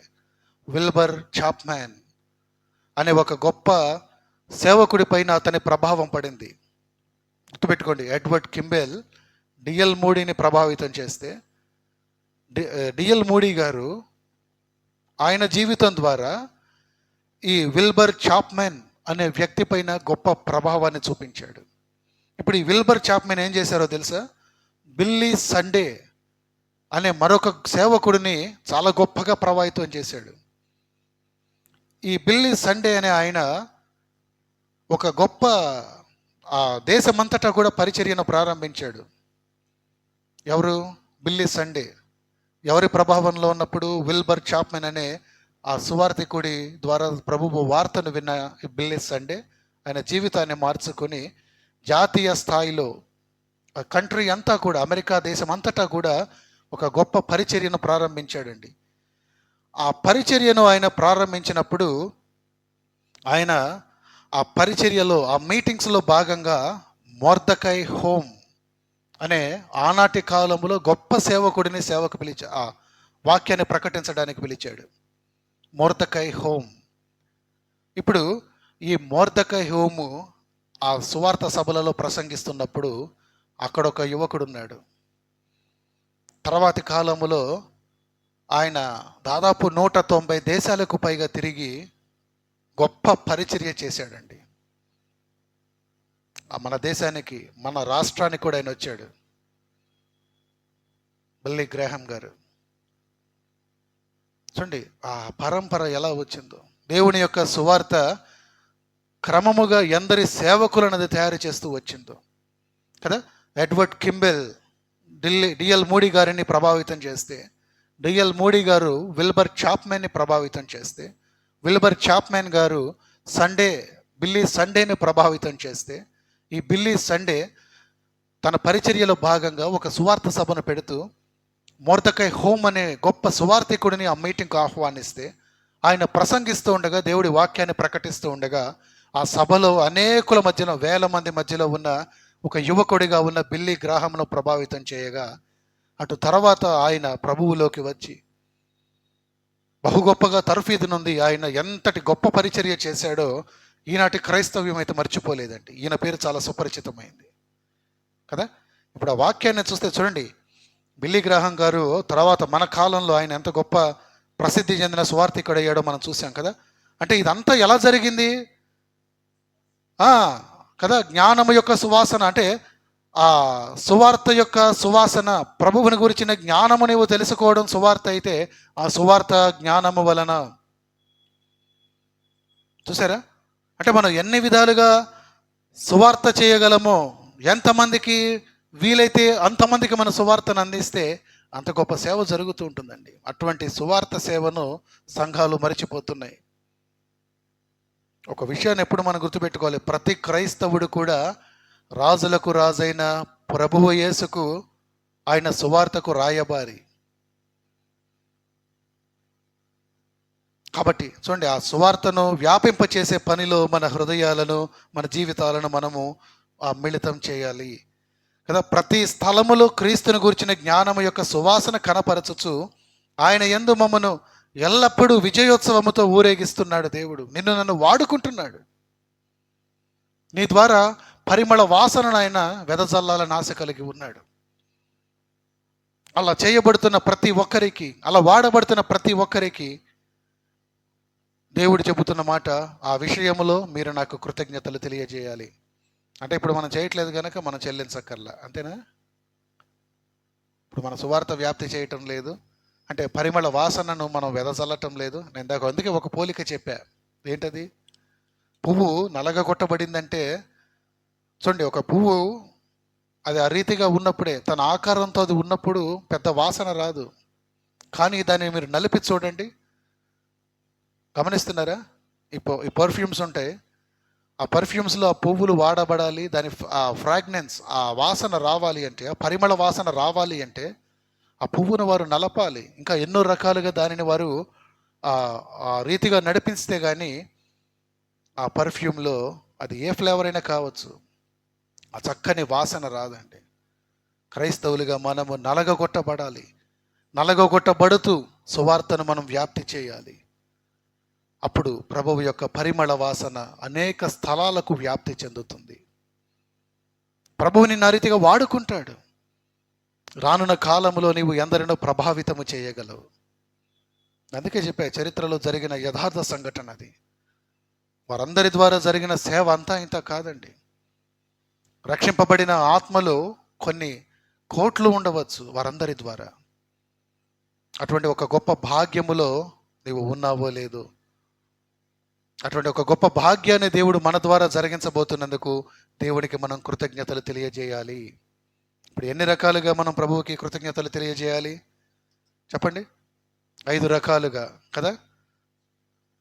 చెప్పసఖ్యము కానీ ఆయన వరమును గురించి, గొర్రె పిల్ల వలనైనా మా రక్షణ కొరకై దేవునికి స్తుతులు చెల్లించును లేదా స్తోత్రములు కలుగునుగాక, నీతికి మనం దాసులమైనందుకు, పాపపు దాస్యములో ఉన్న నిన్ను నీతికి దాసుడిగా దాసురాలుగా మార్చినందుకు, ప్రతి విషయములో నీకు జయమునిచ్చినందుకు, అన్నిటిని మించి మరణము మీద భయము మీద నీకు కలిగిన ఆ జయమును బట్టి నీవు ప్రభువుని స్తుతించాలి. ఆఖరిది పరిమళ వాసనగా ఆయన సువార్త తాలూకైన సువార్త వలనైనా ఆ పరిమళ వాసనను నీవు వ్యాప్తి చేస్తున్నందుకు, ప్రభువు ఆ రీతిగా నిన్ను వాడుకుంటున్నందుకు నీవు ప్రభువుకు కృతజ్ఞతలు తెలియజేయాలి. అలాగే ఆ రీతిగా మీరు ప్రతి విషయంలో చెల్లించండి, నేను కాదనటంలా. కానీ అన్నిటికంటే మిన్నగా ఈ 5 విషయాలలో మనం దేవునికి ఎప్పుడు కూడా స్తుతులు కృతజ్ఞతలు చెల్లించాలి. దేవుడు అది కోరుకుంటున్నాడు మన నుండి. కనుక ప్రభువు చిత్తమును నెరవేర్చు వారముగా మనమందరం మీరందరూ ఉండాలని నేను కోరుకుంటూ నా ఈ మాటలు ముగిస్తూ ఉన్నాను. ప్రార్థన చేద్దాం. దేవుడి మాటల కొరకు, ఆయన ఇచ్చిన ఆ ఆత్మీయ ఫలముల కొరకు మనం ప్రార్థన చేద్దాం. మా ప్రార్థనలు ఆలకించువాడా మా ప్రియ పరలోకపు తండ్రి, మీ ఘన నామమును మీ ఔన్నత్యమును బట్టి వందనాలు. మటుకు ఈ రీతిగా ఈ 2వ మాసములో మరి యొక్క ప్రభుదినమును మీరు మాకిచ్చి మీ సంఘాలయములో మమ్మల్ని సమకూర్చి ఇచ్చిన ఈ చక్కటి ఆత్మీయ వర్తమానము కొరకై మీకే వందనాలు స్తోత్రములు చెల్లిస్తూ ఉన్నాం. మటుకునైనా మీకు మేము స్తుతులు చెల్లించటం, కృతజ్ఞతలు తెలియజేయటం అనివార్యమైతే అది ఏ ఏ విషయాలలో మేము మీకు చెల్లించాలో మీరు మాతో బాహాటముగా మీరు మాట్లాడారు. మీరు తెలిపిన ఆ మాటలను బట్టి ఆ ప్రతి అంశములో 5 అంశములలో 5 స్థలములలో మేము మీకు కృతజ్ఞతలు తెలియజేయులాగున మీరు మమ్మల్ని నడిపించండి.